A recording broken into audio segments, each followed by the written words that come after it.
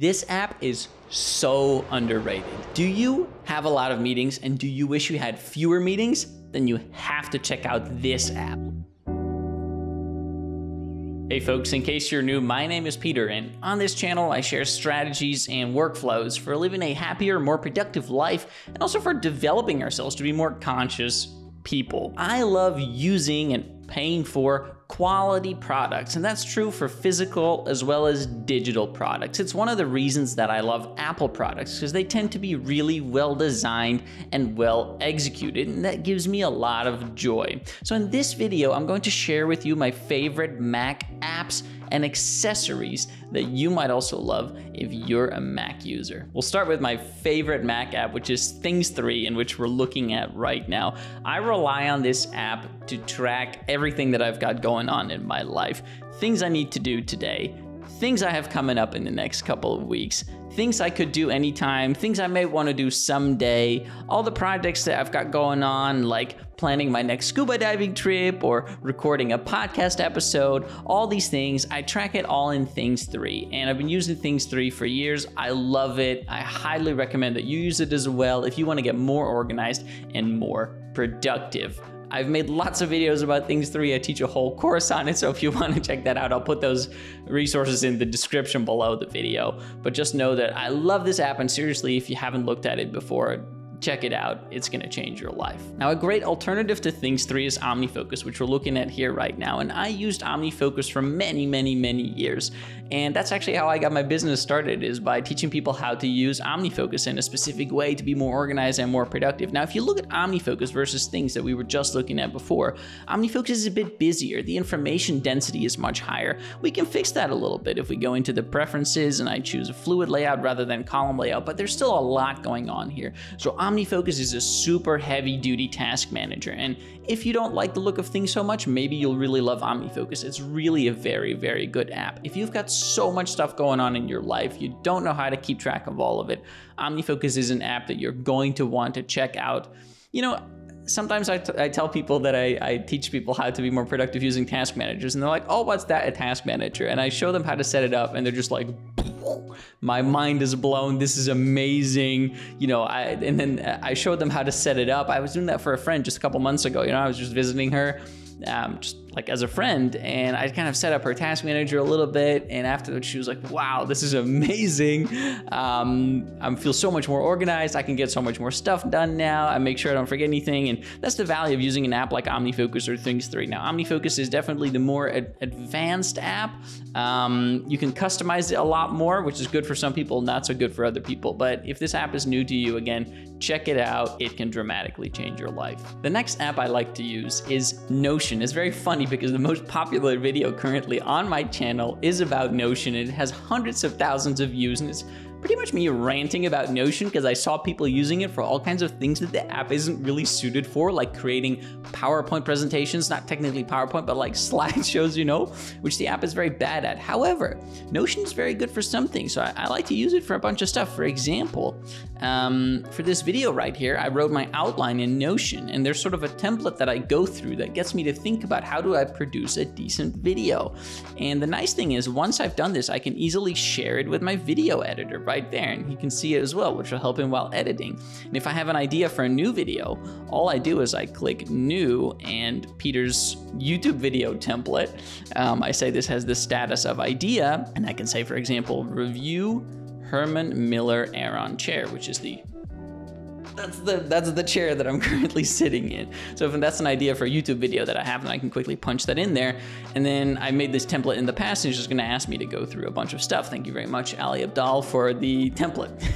It's inspired by Ali Abdaal. So yeah, Notion is really good at a lot of stuff. Another thing I do is I track my recurring expenses. So like, what are all the bills that I have on a monthly basis or yearly basis, for example? And I put those in a separate page in my Notion. I have a whole video on that, so you can go check out that video if you want. Notion is very good for some things. If you haven't used it before, it can be very overwhelming, but there's lots of people doing great YouTube tutorials on Notion. So just search for beginner Notion tutorial and you'll get started. Now, the fourth productivity app is PDF Expert.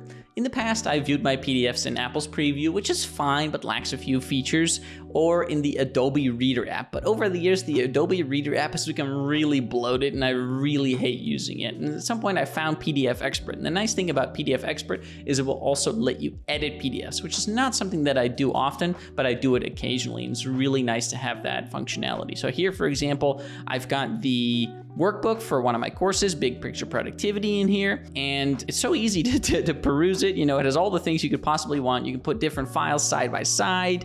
You can insert a signature if you need to. It has tabs. If you close out the tab, you'll see all the files that you recently opened. If you want to search, the search is really good. So if I search for actionable project, there's a really easy search. And look at that, it's using my custom font in the search bar. I love it. And so anyway, PDF Expert is a great app if you're just looking for a PDF reader that has a little bit more heft to it than Apple's Preview, but is not bloated like Adobe Reader. If you want a PDF reader that is fast, that can do a little editing if you need to, check out PDF Expert. It's available across devices. I think you're gonna like it. So next up are some utility apps, and the first one is NordVPN. I've been using VPNs for a long time. Let's say I'm in a coffee shop and there's free Wi-Fi, it's often an unsecured network, and I want to browse, I'm using a VPN. I don't use it at home. You can see it says using trusted Wi-Fi right now because I'm on my home network, but when I'm in a coffee shop or something like that, I do not want anyone to be able to see what websites I'm visiting. But I remember reading an article once about a Dutch journalist. He went to a Dutch coffee shop and he took basically a hotspot with him, and he gave that hotspot the name of the cafe, and a bunch of people who sat down there and work on their laptop actually started connecting to his hotspot. Now, he was not doing this in a malicious way, but just because he gave it the name of the coffee place, people connected to it, and that could be happening to you when you're going to Starbucks or wherever. And so I don't want that to happen to me, and even if it does, I want all my internet data to be encrypted, and that's what a VPN does. It encrypts all your data, so even if I'm using a super insecure Wi-Fi or whatever where people are trying to snoop on my data, they cannot, because literally everything I'm transmitting through that Wi-Fi is encrypted. Now, I'm using NordVPN right now. I've used other VPN services before. I haven't really found one that's perfect, but NordVPN is the one that I like the most. It has lots of countries that you can connect to. So for example, if I'm visiting family in Turkey, but I want to watch Formula One and I want to watch the Dutch broadcast of Formula One, I can actually just connect my VPN to the Netherlands, and then it will appear to the Dutch website as if I am in the Netherlands, and I can, watch the Dutch Formula One broadcast. A lot of people use this to watch Netflix if they're in a country where the show they want to watch isn't on Netflix. Your mileage may vary if you do that, but really my primary use case for VPNs is security. Get one, set it up so that on your home Wi-Fi and on cellular, it's trusted. You don't use the VPN because it can slow your internet down a little bit, although I don't really usually notice it. Just set it up to enable anywhere where you are that's not at home or cellular, so you're protected whenever you go onto the internet. Okay, next app. Let me ask you a question. Are you still using the same password everywhere, or almost the same password? Are you still forgetting your password? Come on, that is so 1990s. You should not be doing that in the 2020s. You need a password manager. The password manager I use is 1Password. Let me open that for you. One of the nice things, by the way, on my fancy new MacBook Pro, 1Password, I can use Touch ID, boom, and it opens my 1Password. It's really beautiful. 1Password is a password manager. There's multiple password managers out there. I'll tell you about another one in a little bit. But one of the things that I do is I sign up for accounts everywhere, and surely you do as well. You can see I've got like 690 accounts across the internet that I've accumulated over the years. That's a lot of accounts.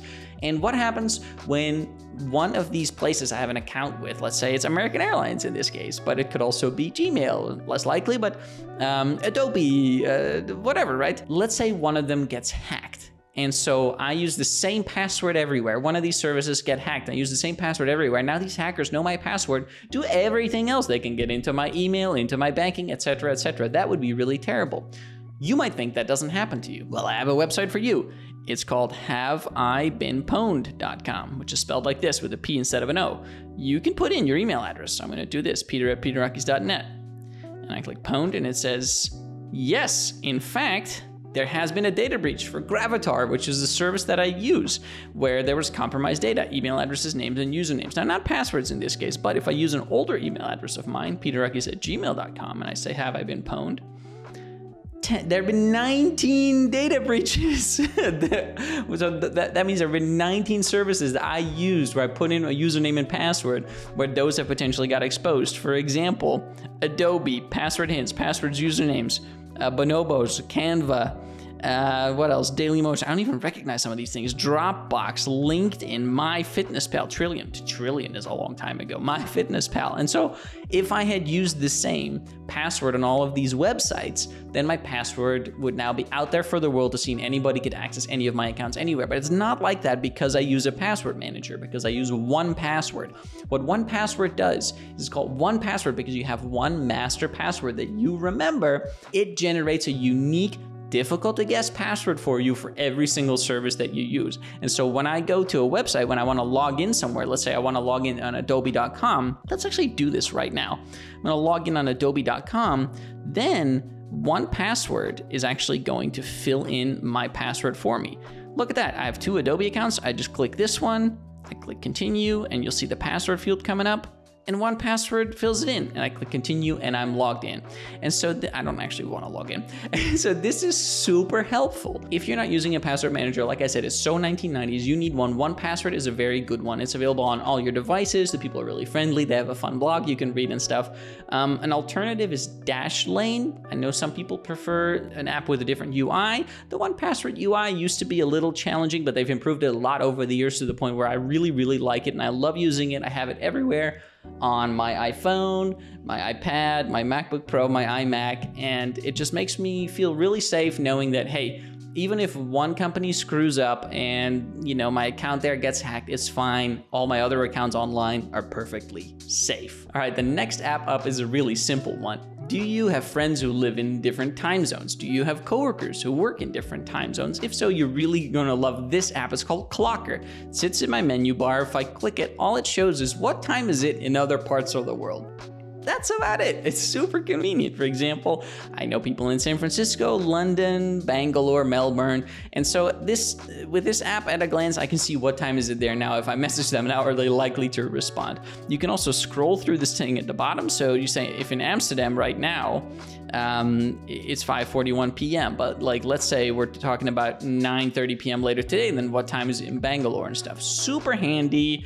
If you work with people in different time zones, yeah, you can like look this up on your calendar app. You can look this up just by Googling or whatever, but it's really convenient to have this instantly accessible. The app is called Clocker, and it lets you just punch in the locations that you want to do and stuff. Super easy. You can show your calendar events if you want to, although I don't tend to enable that, but highly recommended. Pick it up if you work with people in other time zones. Here's a fun little app. Every now and then, I'm curious what color I'm looking at, even though I'm colorblind sometimes, or sometimes especially because I'm colorblind. You know, I'll be browsing a website, there's something pretty I see, and I'm like, that might look nice on my own website. I want to use it as inspiration. I love this app called Color Slurp.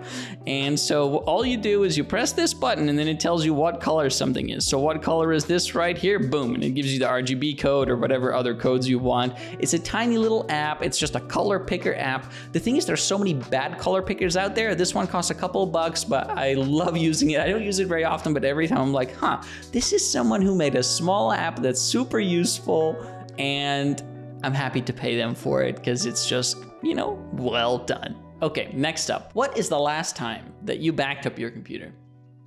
No, seriously, what's the last time that you backed up your computer? Leave a comment and tell me when it is, and I hope it's not too long ago.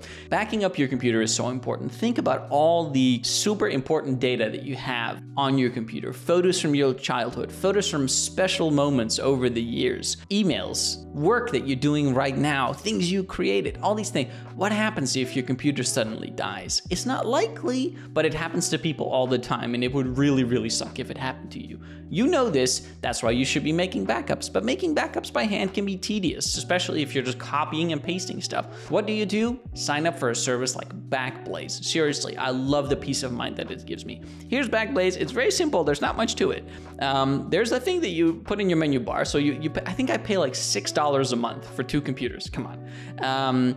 And what do? You just install this thing. It starts backing up, and it just it uploads all of your data on your computer to the cloud. And if your computer ever breaks and you need the backup, you can either download it from the cloud onto your new computer or whatever, or they'll ship you a physical drive with all of your data that you can then transfer to your computer. It's so easy, you'll never have to think about it. It's just uploading your data in the background the whole time, and you'll always have peace of mind. You set it up once and then you completely forget about it. It knows what to back up. It's not duplicating stuff. It's super convenient.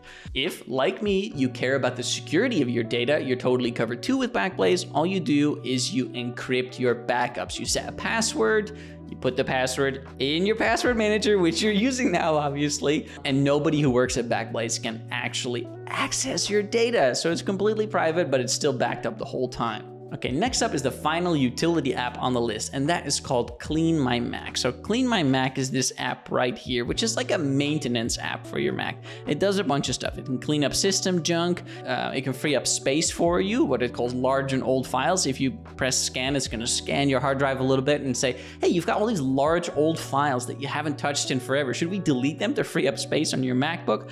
It can check whether any malware is installed on your Mac.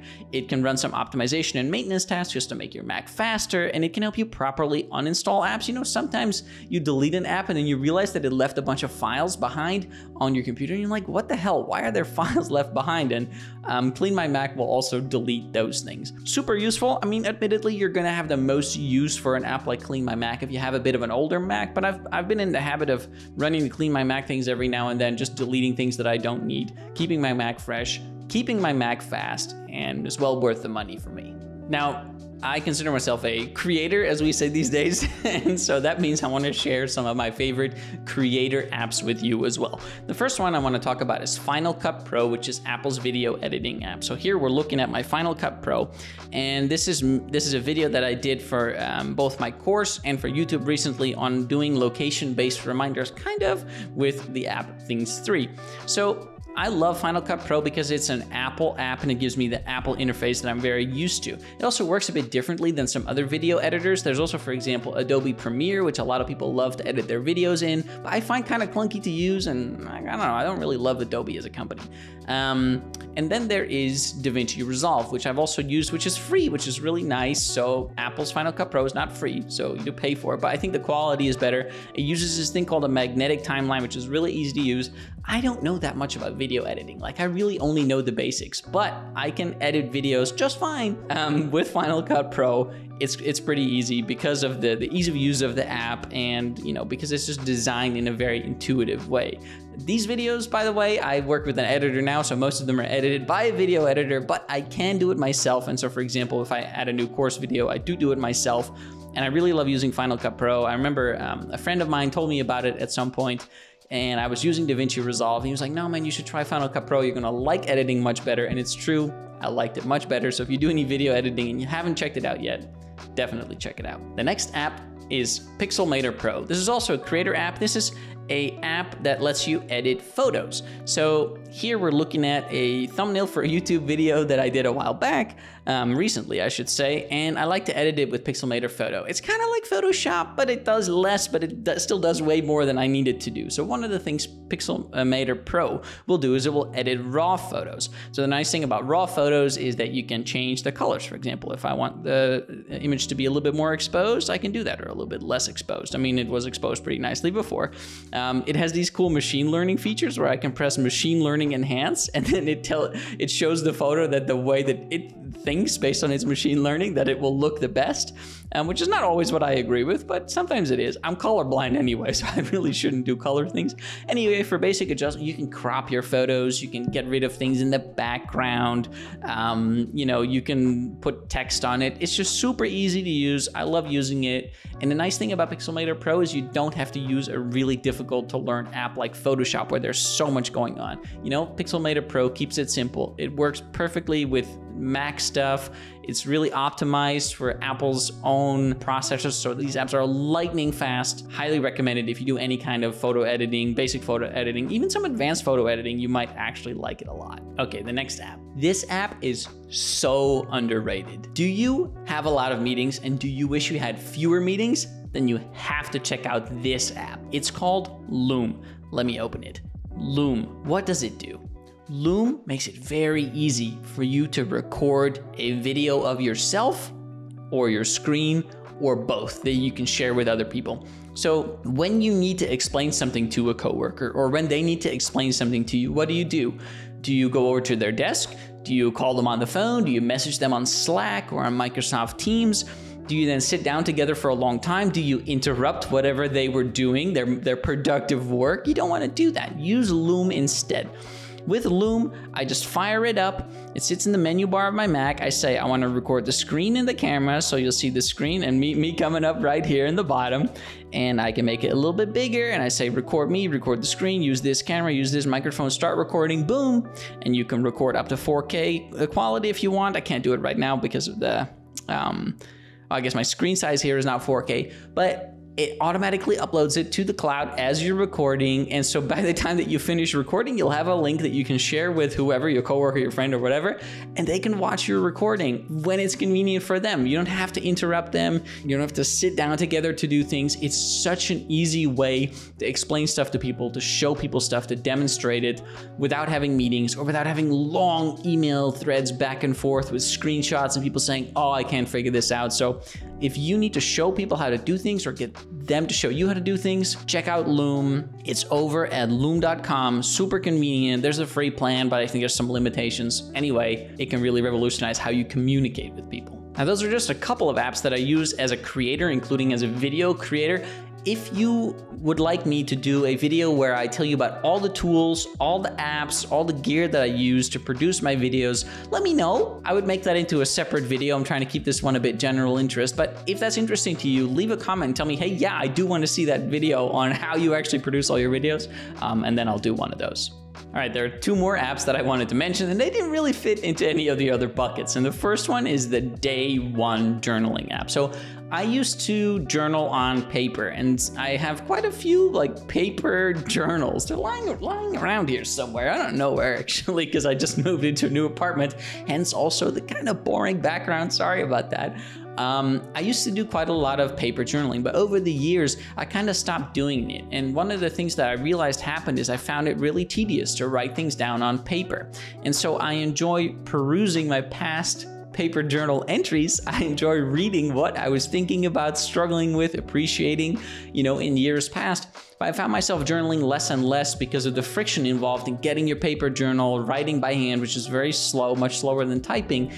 And so at some point I discovered the Day One app, and at that point I wasn't journaling that much anymore, but then I found Day One, and it's a digital journaling app. It's pretty cool. It looks like this. I'm not gonna open my own Day One because there's a ton of private stuff in there and then I'd have to blur it out. And anyway, I don't do my own editing for this video, so I don't want my video editor to steal my private thoughts in my journal either. Sorry, Joel.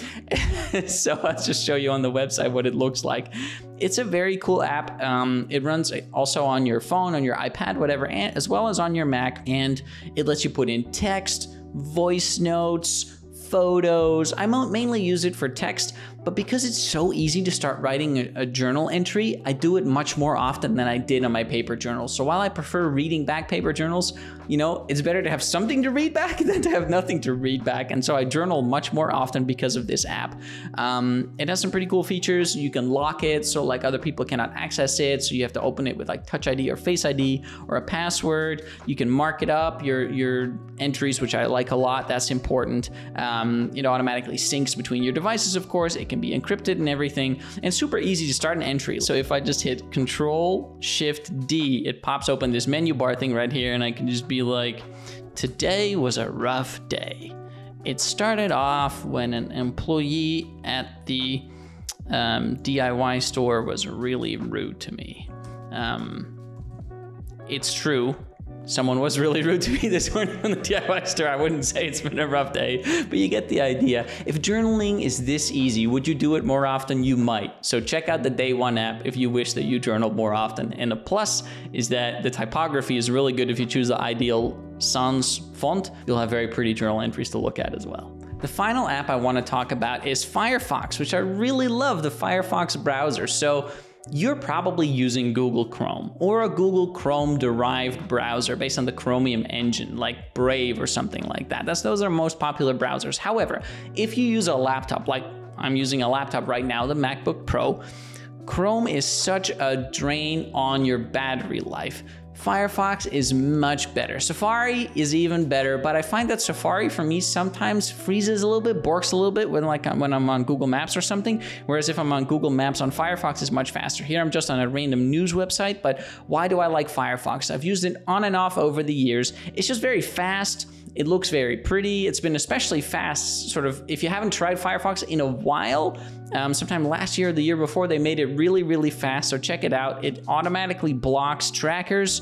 I don't like to be tracked. What I do on the internet, I like people to leave me alone, and so it has automatic trackers blocked, built in, which you don't get on Google Chrome. I used the Brave browser for a while. So the Brave browser's over here. I think it's over at brave.com, and they're like the best privacy online, and it's based on Google Chrome, so it feels familiar. However, at some point when I started using this Brave browser, like it just wouldn't stop sending me notifications about cryptocurrency, which at the moment I'm not super interested in. So I found that very annoying. Firefox is made by people over at Mozilla, the Mozilla Foundation. They're really good people fighting for an open internet. So it's a browser where you feel good using it because you support a great organization. It's super fast. It has great plugins. It has fun features like reading mode, which I guess reading mode doesn't work well if you're not on an actual newspaper website, but like reading mode that strips everything out. If you haven't tried Firefox in a while, really do give it a go because you might actually like it a lot. Okay, that was it for apps. Now let me share some of my favorite accessories. And so we're gonna start with the external drives that I use. Now that I've produced quite a few videos, I find myself with a lot of need for storage, because especially 4K video files take up so much space. So I got these guys. This is the Samsung T7 and Samsung T7 Touch drives. So over here, I got the T7, here I got the T7 Touch, and you can see the differences. This one has a fingerprint scanner. Now these are each 2 terabyte drives, and they're like credit card size, so they're really small, pack a lot of storage in a small space, they're very fast. It's really easy to encrypt all your files on them, so if you leave one of these lying around in the Starbucks or whatever, and if someone else takes it, they cannot access all of your data because you just put in your password, or like with this guy, you just put your fingerprint and it unlocks it. It's very convenient. So if you're looking for external storage, I really recommend just pick these up, Samsung T7 or Samsung T7 Touch. Now the next accessory is a webcam. So I recently purchased a 14-inch 2021 MacBook Pro. Actually, I did a review video on that, so you might want to check that out.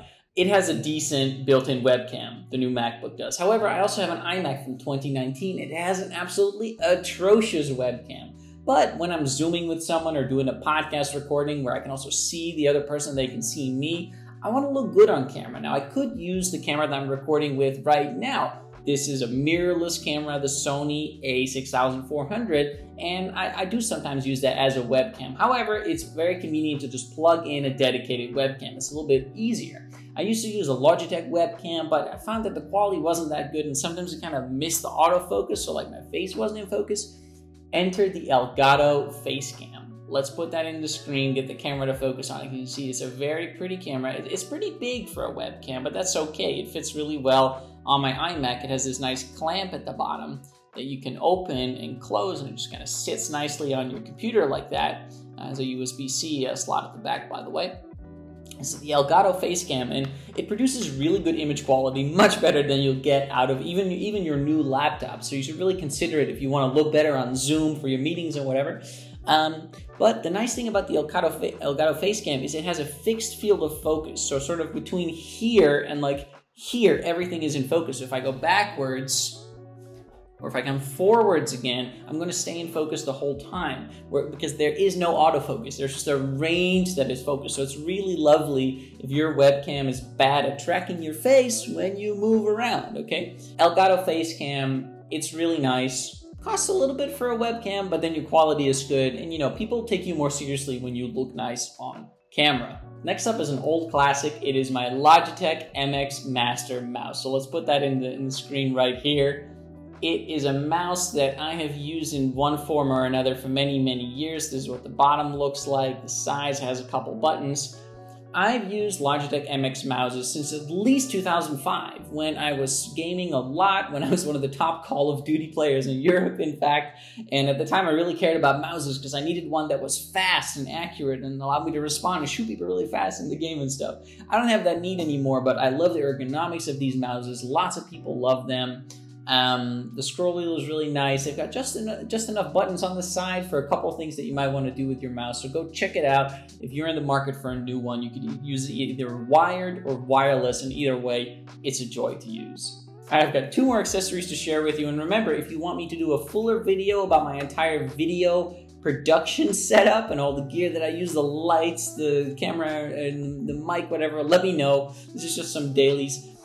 This is wired headphones by Sony. Technically, it's the Sony MDR7506 Professional Dynamic Stereo Headphones, like it says here on the side if you want to read it.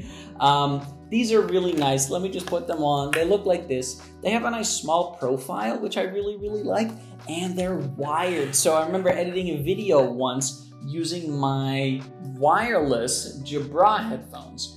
And while wireless headphones are convenient, if you want to walk around when you're editing video, there's a little bit of a lag, because anytime you're using a wired thing, maybe right now you're wearing AirPods, say, or wired headphones. If that's the case for you, take a close look at my mouth and see whether the video of my mouth and the sound that you hear match up, or is there a small delay? In the video itself, there's no delay, but it's possible that you're perceiving a delay because you're wearing wireless headphones, and there's a delay because it takes some time through the Bluetooth system for that audio to enter in your ears. And so I was editing a video with my wireless headphones, and when I exported the video, I realized later when I listened with wired headphones, or I think it was just with computer audio, that the audio and video were not synced up. It felt synced up, but it wasn't really. So now I use these for editing, but also it's just really convenient to have some wired headphones that you can just plug into your MacBook Pro, plug into your iMac. They always work. They don't run on batteries.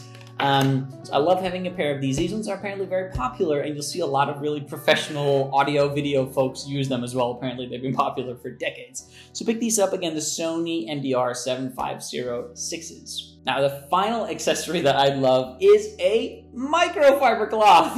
This is probably going to be the simplest accessory someone ever talks about. I love these things. You know, sometimes I'm sitting in my favorite cafe and I'm looking at the laptop screen of the person sitting next to me, and it is disgusting. It has fingerprints all over it, food remains, and they clearly haven't cleaned it in years. And then I just want to pull out my microfiber cloth and start rubbing that screen.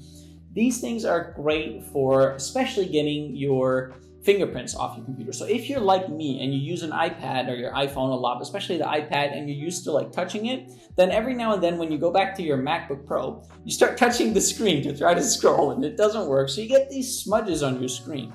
A microfiber cloth gets them off without the need to use any other cleaning agents. I use it a lot for my phone, for example. So just kind of rub the sides a little bit and then rub the middle. And it's amazing how quickly, I mean, I don't know if you can see it, but it's like super shiny right now, and there's not nary a fingerprint to be seen. And it's the same for your laptop screen or your iMac screen. So I highly recommend picking one of these up if you don't have them already. Don't use a regular cloth, use a microfiber cloth, because it's the microfibers that allow you to get rid of the greases and the oils without using cleaning agents that might otherwise harm your screen. Hey, that's it. I hope you'll love at least one of these accessories or apps. If you use some of them already, let me know what you think of them. If there's one that you really love that you think I missed, let me know. I'd love to hear about it. Looking forward to read your comments. Give the video a like if you enjoyed this. Really appreciate it. You know, that would help me out a lot.